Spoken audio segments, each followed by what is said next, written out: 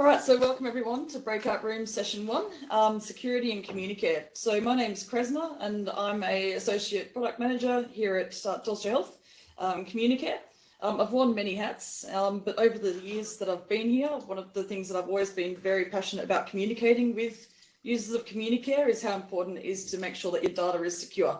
So not just from a technical point of view, but also within the system, making sure that we do all the necessary changes to make sure that only those who need to see data are the ones that are able to see it. So joining me today from Telstra Health, I've got Paul Senior, who's our Head of Engineering for the Communicare Classic software. So he'll be answering any of those really curly questions that may come up. And then speaking of questions, I've got Yvonne Zardens, who's our Professional Services and Clinical Safety Coordinator. So Yvonne will be managing the Q&A as they come through. So for today, we're also using the QR code to manage the questions as they come through, as I won't be able to be monitoring a chat. So if you could please use the QR code that's on the screen here at the moment, and then just submit those, and then towards the end, we'll go through those questions. All right, so we've got a pretty busy agenda for today. So the idea is that there's going to be some new updates for everyone. And then there'll be some revision of some tips and tricks and some security considerations.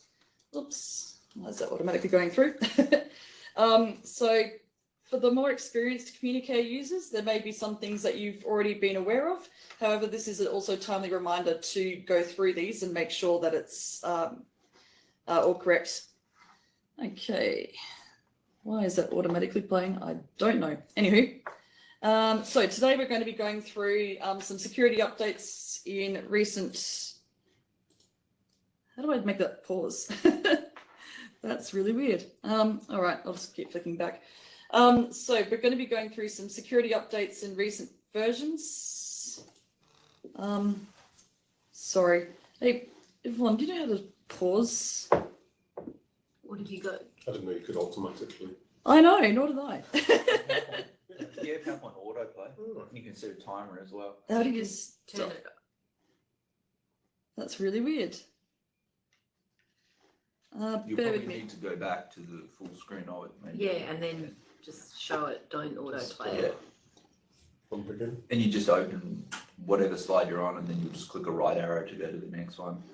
Yeah, maybe I'll just show it like this. You should be able to full Should screen. be able to F5 or full screen. I love it how technically we're so technical. I know, right? I never use any of these things. I know what it does, but I never use it. I know my way around Communicare. Not MS product. F5 should full screen it. Let's see. Well, that's good. We can see. We Okay. know where we're going. Yeah. If you right click on it, you should be able to. Should give you an option for it. Full screen display, something like that. Let's see. No, it's no longer an It's all right. option. Wow. I'll go the basic view. Alrighty. So today we're going through some security updates in recent versions of Communicare. So versions that have now released or in beta. We're also going to be going through some of the changes coming as part of the upgrade to the database, which is Firebird version 4. So this will be coming in version 23.1. We're also going to be going through viewing rights and program rights. So again, for those more experienced users of Communicare, this is something that you are likely already aware of. However, I do like to go over these just as a reminder of how this functionality works, because sometimes there are little bits and pieces that people aren't necessarily aware of. But I'll also explain the benefits and give some examples of how these can be really useful for locking down information within your own health service. Then I'm also going to be going through how to lock down report access as well. So a lot of people actually don't realise that you can lock down the individual reports at the report level. So even in the user rights and permissions, you do have like those broad categories like clinical reports and management reports, but you can actually lock down each individual report to exactly who you want to be able to see it as well. And then I'll also be going through some tips and tricks on how to review users' access. So we all know that at the moment, it's a pretty heated topic about security and making sure that your systems are locked down. So this is a really nice little session about how to make sure that we don't have any users that may still have access that don't need to have it, and also just double checking where users are actually accessing Communicare from as well. All right, so in one of our more recent versions, 22.1, this was a pretty big version for updates and bug fixes, especially for e-prescribing as well. So in 22.1, we fixed a memory leak that was causing the Firebird database to crash with an out of memory error. So for example, when a large site was running a really complex report, such as those NKPI reports or some of the state-based KPI reports and so on. So if you were previously receiving this error message, that's now been fixed. We've also fixed a bug, which meant Communicare couldn't print letters to a default printer that was set up if it was redirected to a rote session. So it wasn't happening every time, but sometimes this was occurring, but that's been tracked down and that's now been fixed. So that's good for those who have got some more complex network printer setups. And then we've also got a re-authentication and a change of password are now logged. So if you wanted to audit who's changing their passwords, you can go into the report called Audit Logs and Username Activity. Now, as part of this version, we also had a bunch of updates that we needed to do related to e-prescribing. So with e-prescribing, to pass conformance, we have to prove that we're using up-to-date security measures and putting in place some safeguards to make sure that prescribers are the person that they actually are. So for example, at the moment, you might have noticed this if you've upgraded to 22.1 already. If you walk away from your computer for 10 minutes or so, you'll get a little lock screen coming up saying inactivity, you need to re-log in again. So this just helps to make sure that people aren't just jumping onto someone's computer and using their computer to print out scripts. Same as back in the day, if someone jumped into a doctor's room and stole their script pad, it's kind of like the same sort of digital equivalent. We're just locking it down so people can't just jump on. All right, so also when you're prescribing Schedule 8 medication, it will also require a re-authentication. So upon trying to re-prescribe, it will pop up and just ask you to put in your password again. Yeah, it's a little bit annoying, but it's something that we've had to do Australia-wide, just to put on that extra protection to be conformant with e-prescribing of those high-risk medications. Now, user passwords. So in able to be conformant, we've had to increase the user passwords to be at least 8 characters. So it needs to also have at least 1 number and 1 letter. So yeah, basic level of security here. So if you change a user's password in 22.1, you'll notice that it does prompt you to include at least a letter or a number and 8 characters if you've done that so far. And then another bit of security as well is any users that are going to be using e-prescribing, their provider record in Communicare needs to have their username attached to it as well. So for those who are unfamiliar with this process, when you go into the provider's details under reference tables, when you open up a provider, there's a little drop-down box that allows you to link a username. So it means that we know that this provider with this name, such as like Yvonne Zardens, they're the one that is linked to this password. So it's no longer possible for them to just log in with another username and then imitate another provider. They must be locked. So those are some of the security updates that came with version 22.1. Okay, version 22.2. So again, another big release for updates and bug fixes. So the previously mentioned Unlock Communicare screen that I just mentioned in the previous slide, so the one that pops up after 10 minutes, we've got feedback that it's a little bit frustrating how it appears on top of all of the windows. So if you've got Communicare running in the background, it like pops up. So it now just pops up over the top of Communicare as opposed to all of the applications that might be open on your desktop. All right, so we've also got improved access for SMS. So with the SMS provider, sometimes it was a bit hard to tell if a SMS had actually been, like if it failed to send in transit. So we did get some additional access to be able to determine if something has failed to send instead of just saying pending the whole time. So that's been, yeah, a really nice improvement there. We've also got the real-time prescription monitoring, or RTPM, for those who have been using this, but it's now available in WA. Yay! It's not a joke that we do get everything lost. So this one's called Script Check WA, and it's also working in all time zones as well. So there was a little bit of a hiccup sometimes when you had a time zone that was more than GMT +8, sorry, +10. So yeah, WA would sometimes get a bit of an issue there, but that's been fixed now as well.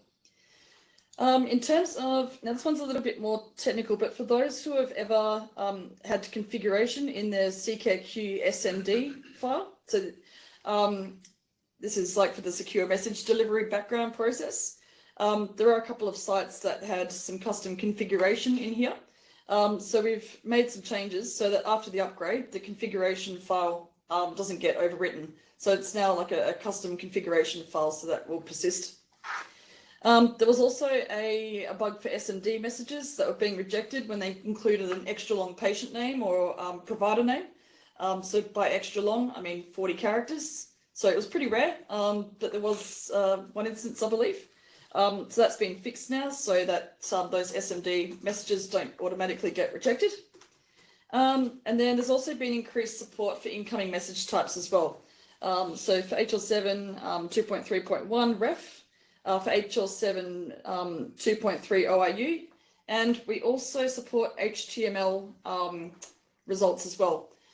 So it renders the HTML as it's meant to be, but you've also got the interactive elements as well, such as links. So that has been a long-awaited feature. Very happy personally to see that one coming in. Okay, so these are all coming in version 22.2. Okay, and now later this year, we'll be introducing an update to Firebird. So Firebird is the database that Communicare is built on. So SQL database, and at the moment it's on version 2.5 or with HQBird. So version 4 is quite a big jump, and we've been looking forward to this one for quite a while. There's been a lot of work in preparation to be able to get here. So this will be coming in Communicare version 23.1. So this is a big update for security in Communicare. So coming with Firebird 4, we'll have encryption in transit. So by default, this will be enabled in 23.1. So what does this mean? So basically, data gets encrypted while it's transmitted over network connections. So for example, when it's going between Communicare server to client, and it protects the sensitive data from unauthorized access. So for example, if there's those man-in-the-middle type attacks. Customers using third-party utilities to access Firebird should also test for compatibility. So with this, if you are using one of those third-party utilities, like to check the database or to run queries and so on, yeah, do just double check with your vendor just to make sure that it's going to be okay with version 4 of Firebird, because there may be, like it may not be compatible with data or encryption in transit. And then encryption at rest. So this may be released in a future version, but like all of our enhancements, we tend to rely on customer feedback as well.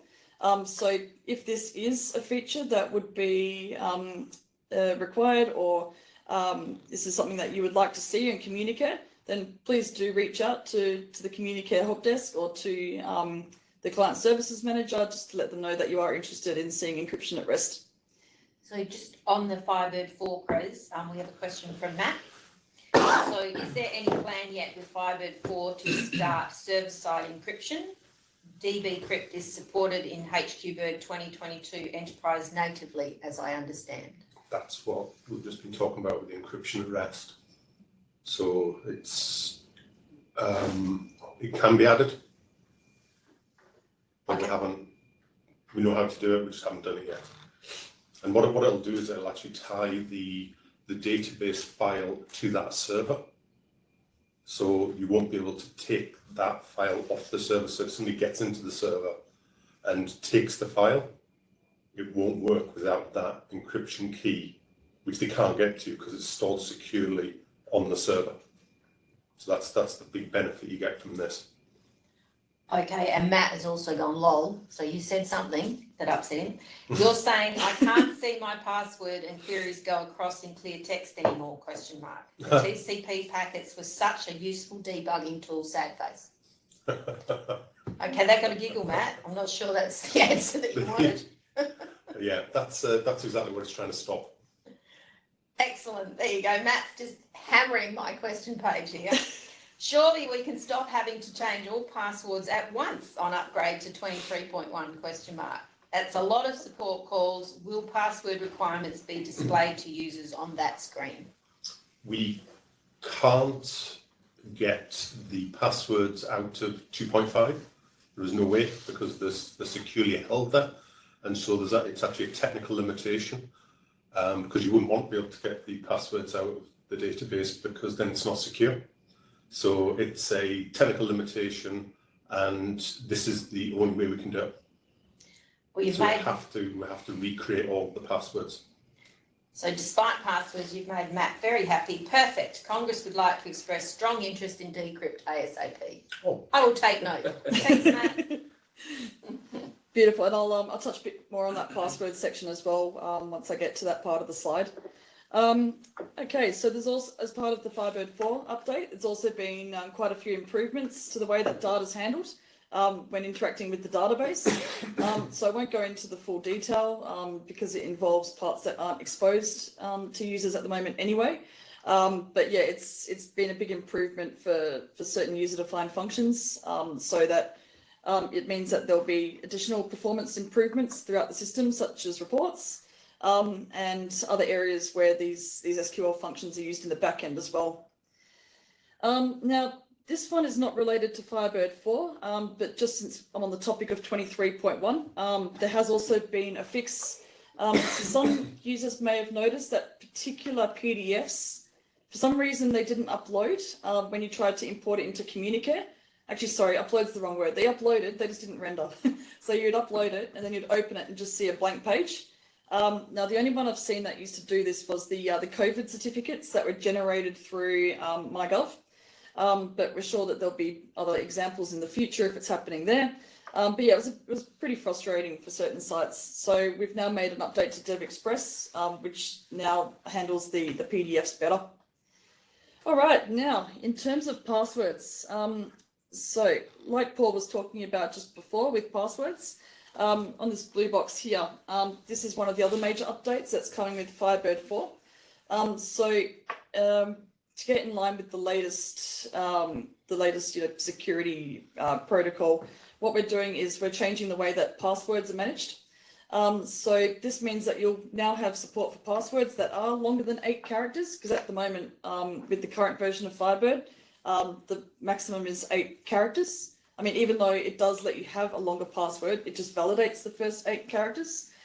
So in 23.1 with Firebird 4, you will have now longer than 8. But then we're also moving to SRP as the protocol for security authentication. So SRP, Secure Remote Password, it's basically a form of password authenticated key exchange. So like Paul was saying before, the server doesn't store the password and it doesn't store any information that can be used to obtain the password either. So for example, it doesn't store like a password hash or anything like that. It just basically has the minimum information on both sides to be able to prove to the other that it knows what the password is, but without actually exchanging the actual password. So it just means that like if you've got an eavesdropper or there's a man in the middle attack, it'll be unable to get enough information to be able to brute force guess a password. And even if they did use like those dictionary attacks and so on, they'd have to start a new session each time anyway. Like it just, they wouldn't be able to get there. But with SRP, it means that there will be a pretty big change coming. So because the server no longer will be able to know what the passwords are, what will need to happen is there'll be a reset of passwords for all users upon upgrade. So when you upgrade to 23.1, what will happen is all the passwords will get reset to strong random passwords.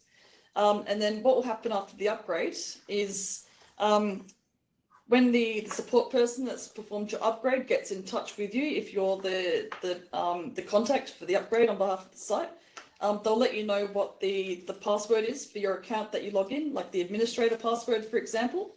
And then as the administrator, you'll be able to go in and run the password list, like reset. And then what will happen is you'll then get a list of the initial passwords to be able to distribute to users. And then as soon as users log in with that new password for the first time, they'll be prompted to reset their password as well. So it's a one-off change, but it's just a necessary step to be able to move across to SRP password protocols. Okay, so that's coming later on in the year. Were there any other questions on Firebird before we move on to some Communicare tips and tricks? Matt's keeping us busy. That password management issue needs discussion. We're talking 200 users to distribute passwords to. I think that's a statement rather than a question. Yep, that's correct. That will be the process. I can't sugarcoat it. It's basically the necessary process that will have to happen to change protocols like this, unfortunately. Just FYI, Matt, we have customers with twice as many users. So 200 is good, but 400 is worse. Not that it makes your life easier, Matt, sorry.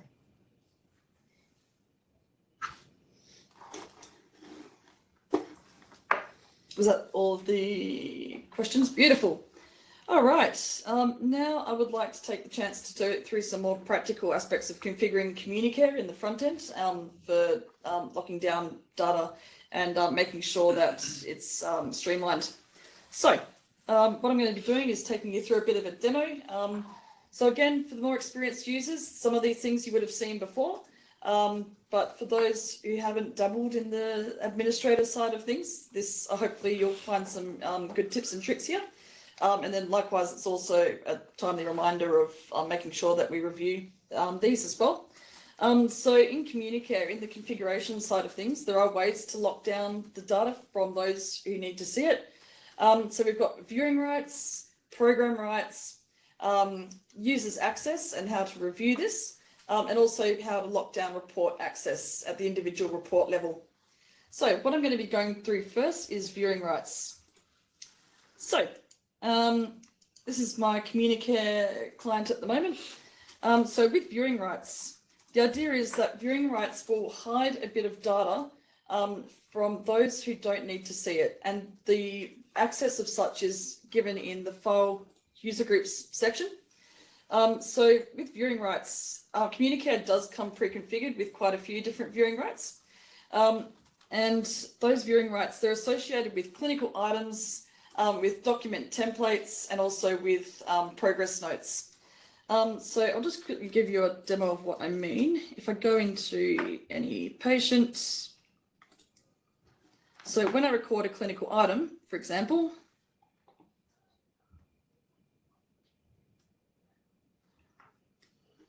okay. So I'm just going to record like a fracture, for example. Now you can see down the bottom that the default viewing right is common. So that doesn't necessarily mean everyone can access it just because it's called common. It's only those in the user groups where we've ticked to say they've got access to the common viewing right. And then likewise, if I was to record, say, HIV diagnosis, then it would have a viewing right of highly sensitive. So the viewing rights tend to reflect the hierarchical level of these viewing rights.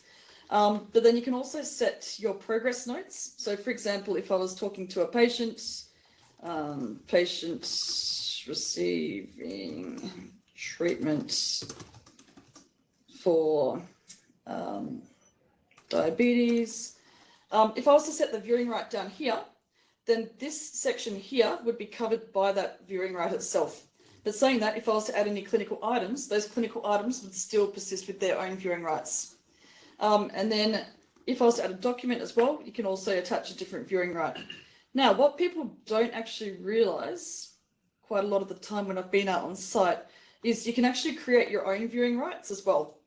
So to create your own viewing right, all you do is you just click the green plus at the top And let's just say one of the common problems I used to see sometimes was in the inbox of the documents, like the scanned documents or incoming documents and so on. There used to be quite a lot of documents that would come in that aren't necessarily clinically related, but was still necessary for the receptionists to do their job. And then some of the clinical, like the GPs, for example, they might complain, oh, this clinical record, we've got all these like documents and so on that's filling up our list. We kind of just want to see, you know, the actual clinical related information. So what I encouraged the site to do was you can create a viewing right, just called receptionist only, for example. And then what I would do is I would just hit save. And then in my user groups, I could find, for example, my receptionist group. And then in viewing rights, I could just find that receptionist only viewing right and give them access to this. And it means that when my documents are coming in, like for example, if I was to attach a new document,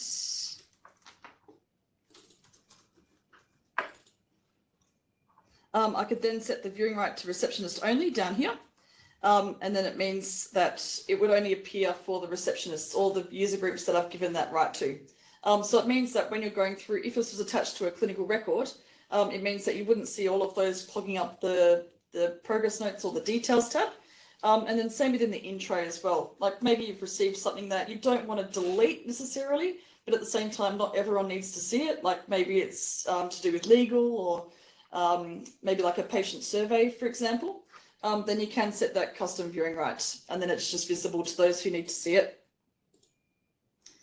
Okay, so that's one place where viewing rights can be associated. But then likewise, sometimes you also might want to create viewing rights for a bit more sensitive topics.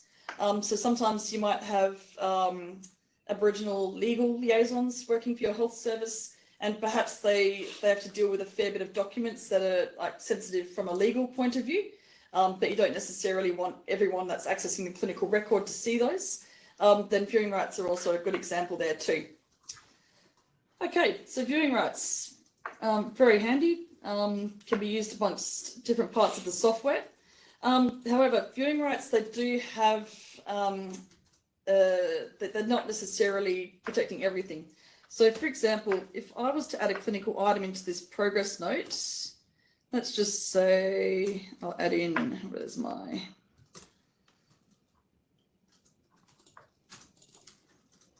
okay, so we can see HIV infections got highly sensitive information, and I hit save. Now, the problem here is with this progress note, even though this highly sensitive viewing right is hiding this clinical item, the GP would still need to remember to hide the actual notes themselves as well by clicking on this one down here.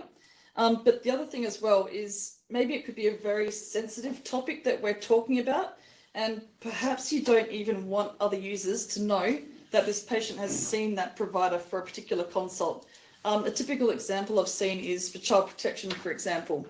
So sometimes the child protection counsellor might be seeing a patient, but then especially in small rural towns, you know, people are related to patients, and even though they might not have access to the clinical record, sometimes even just seeing that patient's name with a service against the child protection counsellor is enough for someone to put two and two together and go, oh, okay, what's my cousin doing seeing them? Okay, interesting.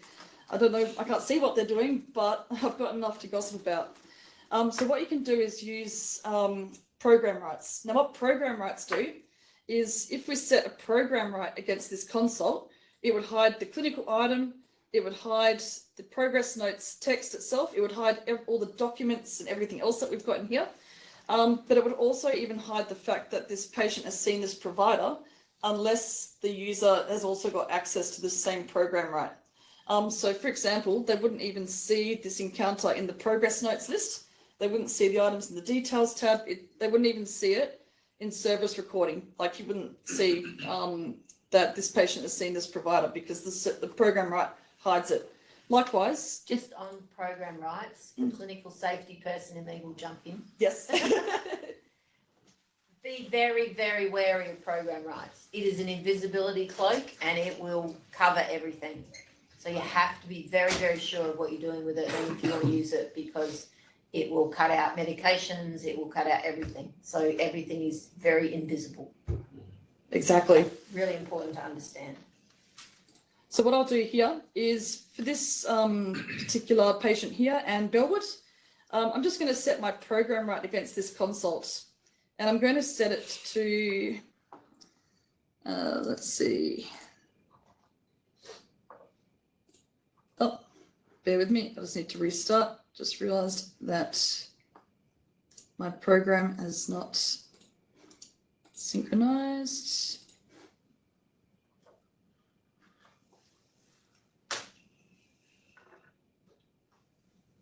Just while you're doing that, Matt's popped in a few more questions, and I'll just answer those while you're doing that, Chris. Sure. Back to the Firebird Forward and SRP. Is it safe to assume SRP won't affect solutions using AD Auth? Your answer is yes, and I was just chatting on the side with that. Yes. So yes. Secondly, will SRP affect passwords for SysDBA and MediSys, etc.? And I believe the answer is yes again. Yes. And last question, Keegan this time. In regards to the password upgrade, have you looked at the possibility of incorporating SSO with Active Directory credentials? We not already do that? I thought we did. Yes, Yeah. we do. So Yeah. those that are using Windows logins Yes. or AD are not affected Correct. by this. Yes. So it might be a good time to change to Windows. Not a bad idea. Maybe just putting it out there. Yeah. Sorry, Chris. That's all right. Okay, so to set my program, so I've got child protection here. Now you can also set this to be the default if you like as well. So if you do have someone that's in child protection, for example, and all of their consults need to be under a particular program, please do encourage them to set their default program along with their place and mode on the toolbar, and then it means that when they create a service, it'll automatically have that program set, but you can set it ad hoc as well. So we can see that for this patient and Bellwood, we've got this service here with some text notes and a clinical item for the 7th of June. Now, if I was to log out and log back in as another user that didn't have this program right,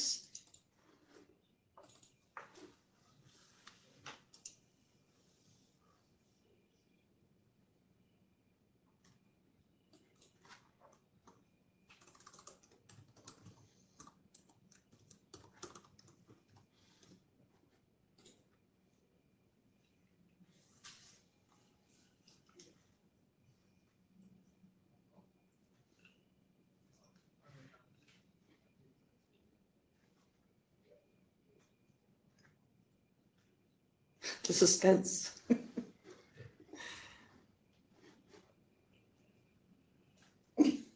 Okay, changing program takes time. I got too much stuff running.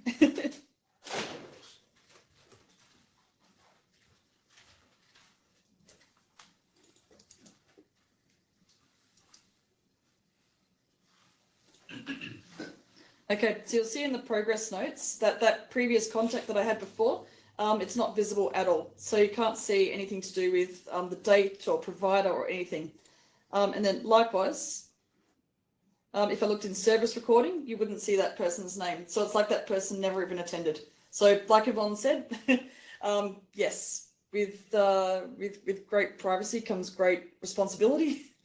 So yeah, do be very careful when you are setting up these program rights, because the other place that they are impacting is reports. So even if you tried to run a report and you wanted to know how many encounters you had, if you didn't have that program right, it would be potentially showing less encounters that weren't actually happening in reality. That is something that catches people out. So if you are running reports, you may need to double check that you do have all the program rights that are being used. All right, now speaking of reports, that segues me into how to lock down access to particular reports.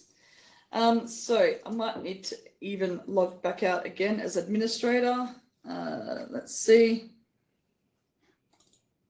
No, I should be okay. Yeah, I do. All right, bear with me.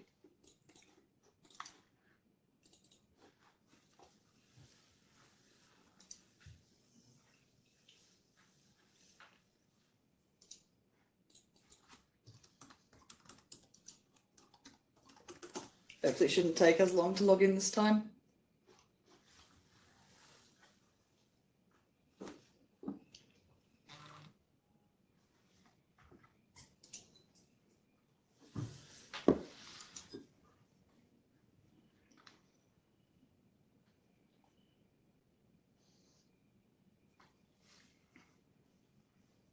God, I should stop filling it with so much test data. Alrighty. So if you'd like to lock down access to individual reports, what you need to do is under Tools, under SQL Report Editor, you can access all of the report queries in here. But let's just say you wanted to lock down some of your financial reports, such as those electronic claiming and Medicare reports. Maybe you only want a certain group of people to be able to see these, such as those who already have access to billing anyway or claims administration. So what you can do is just right click and edit SQL query, and then up the top here, and just about every time I've shown this during training, people have gone, when is that added? But this has actually been around for a few years, but just no one really goes in here that often to check these rights. But you can actually lock down the access to the report based on viewing rights or based on system rights. So for example, you could use one of the existing viewing rights, such as, highly sensitive, or you could even link it to an additional or an existing system right. Like, for example, there's a system right for electronic claims or billing administration. So I might say, I only want this report to be run by users that already have billing administration as a right. And you can even be a bit more clever if you really wanted to. So maybe you've got some reports that you only want one person to be able to access, or maybe a couple of people. You could then create a viewing right like we went through in the previous session. So maybe I wanted one with just the clinical safety officer to be able to run certain reports. I could create a viewing right purely for the sake of locking down reports, and then I'll just go through those reports that I wanted to lock down, and I'll just choose that viewing right. So yeah, you can be quite creative with how to lock down these reports. And this is also on top of the existing user group access rights for reports. So bear in mind, you do still need access, like the minimum access to go into the Communicare reports in general. So this is like an additional access. All right, now while we're on reports, I'm going to show you one more tip and trick about reviewing users' access. So under reports, and I'll go to search reports just so it stays up.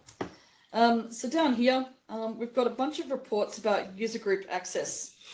So actually, I'll show you why I like this report so much, especially when I was doing implementations. When you're going through users' permissions, let's just say you wanted to review everyone's permissions, like, oh, who's got access to clinical records or who's got access to billing. You could do it the chomp way, which is just, clicking individually each user group and scrolling down and checking. Yeah, I'd rather not do that if I've got 20 or 30 groups. So there is a quicker way to do this. So just under reports and down to user groups. And any of these reports where it ends in the word grid, these gives you this nice little view of all of the system rights overall. Now you can either run it just like a standard query where it gives you the HTML export, or you could run it in Excel as well. So if you needed to print it out or export it, you can take the list in Excel and get a huddle with the other administrators and review all the access together. But yeah, the idea is with this report, you can see the user groups, and then you can quickly see who's got access to which particular rights. So for example, if I wanted to double check, oh, who's got access to patient deleting? BB, and you can just see straight away, like only the required people have it. Same with the one I also like to double check is adverse reaction administration, D. We usually generally lock that down to more senior clinical positions, because while everyone with clinical record access can add allergies and adverse reactions, it'll only be these users here that can delete them. So yeah, do be careful with who you give access to there. Okay, so that's an overview of how to check the user rights, and you've also got that for program rights and viewing rights as well. So when you're making changes in these areas, it is a good idea at the same time just to review what the current state of play is. You can also double check users' default settings as well. So if you've ever been curious about what users have got set up on the toolbar for their default place and mode of program, you can run this default settings report. And this will just show you what each person has got set up and the last time they've logged on and logged off, etc. And then another report I like to run is just checking who's logging on and where they're logging on from. So hopefully you won't be surprised when you run this report, but it is good to know just to double check that people are logging on from the right places, or it's good to know if there's like a workstation that you weren't aware was actually there. So just under workstation client list, selected date range. So I can run this. When I'm running reports, I'm not sure if everyone knows this, but you can actually use relative dates as well. So instead of having to type out the date each time, I'll just, if I wanted to look back at the last 60 days, for example, just go today minus 60. And it remembers it each time. But because I'm using my demo version full of random test data, I'm going to have to expand the goalposts a bit. And then you can see for each of your workstations who the Communicare login is, and then also what the Windows user is and how many times they've been logging in.